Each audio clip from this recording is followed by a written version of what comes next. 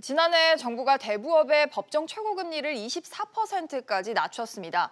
그럼에도 불구하고 대부업체들의 순이익은 최근 3년 새 크게 늘어난 것으로 나타났는데요. 어떤 얘기인지 취재기자 연결하겠습니다. 정광윤 기자. 네, 정광윤입니다. 네, 금리가 이만큼 낮아지면 대부업체들의 순이익도 줄 것 같았는데 오히려 늘었다는 결과가 나왔죠.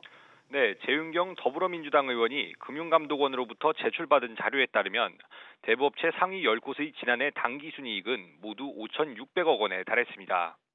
이는 지난 2016년 3,700억 원에서 불과 3년 만에 무려 52%나 급증한 겁니다. 같은 기간 저축은행 상위 10곳의 당기순이익도 2016년 3,000억 원에서 지난해 5,150억 원으로 72%가량 늘었습니다. 이익이 늘어났지만 대부업체와 저축은행의 사회공헌비 비중은 여전히 작은 것으로 나타났습니다. 지난해 당기순이익 대비 사회공헌비 비중을 보면 대부업체 10곳은 0.24%, 저축은행 10곳은 0.5% 수준에 불과했습니다. 반면 광고비는 사회공헌비의 30배가 넘는 것으로 나타나 사회공헌비 지출에는 인색하고 광고 늘리기에만 열심인 것으로 나타났습니다.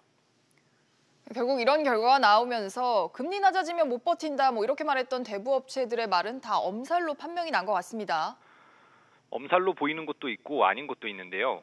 지난 3월부터 신규 제출을 취급하지 않아 한국철수설이 나온 일본기 업체 산화대부는 지난해 당기순이익이 3,700억 원으로 3년 새 143% 급증했습니다.